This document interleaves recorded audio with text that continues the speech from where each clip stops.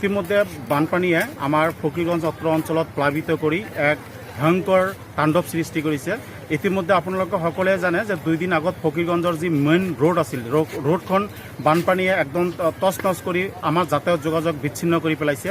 এতিয়া আমাৰ যিখন আন এখন ৰোড যি ধাপান ব্ৰিজ, এই ব্ৰিজৰ মাথাখনত এক ভয়ংকৰ ফাট মেলি ইতিমধ্যে পানী বাগৰাৰ উপক্ৰম হৈছে।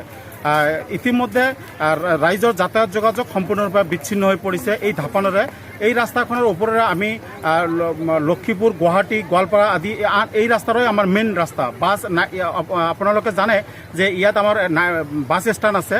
এই বাছ ষ্টেণ্ডৰ ওচৰত যিখন আমাৰ ব্ৰিজ, এই ব্ৰিজৰ মাথাখনত বানপানীয়ে ভয়ংকৰ একদম খহনি আৰম্ভ কৰিছে।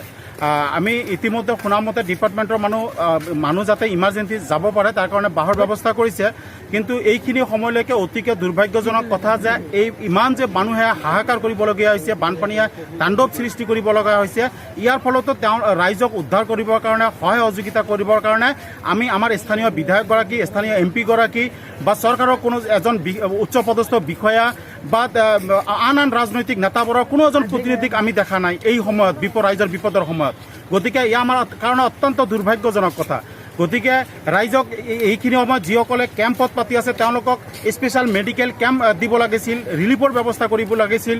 পশু খাদ্যবিলাক অনাহাৰত আছে, শিশু শ্ৰমিক, শিশুসকল, বৃদ্ধ ব্যক্তিসকল চিকিৎসাৰ অভাৱৰ কাৰণে হয়তো বিচনাতে পৰি আছে। এনেকুৱা অৱস্থাত ৰাইজে যি ভয়ংকৰ পৰিস্থিতিত আছে তেওঁলোকক সহায় সহযোগিতা কৰিবলৈ, উদ্ধাৰ কৰিবলৈ আমি কোনো ধৰণৰ চাৰিওফালৰ পৰা কোনো ধৰণৰ সহায় সহযোগিতা দেখা পোৱা নাই।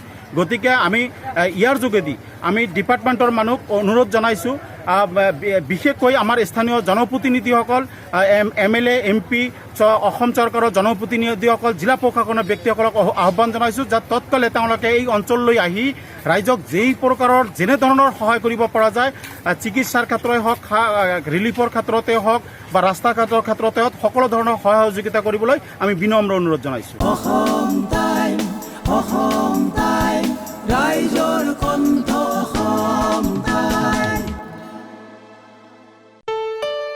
ঘৰত আনন্দ আৰু সম্পৰ্কৰ চমক বজাই ৰাখিবলৈ জৰুৰী হৈছে সকলো আনন্দময় মুহূৰ্তত মৰমৰ উপহাৰ দিয়াটো।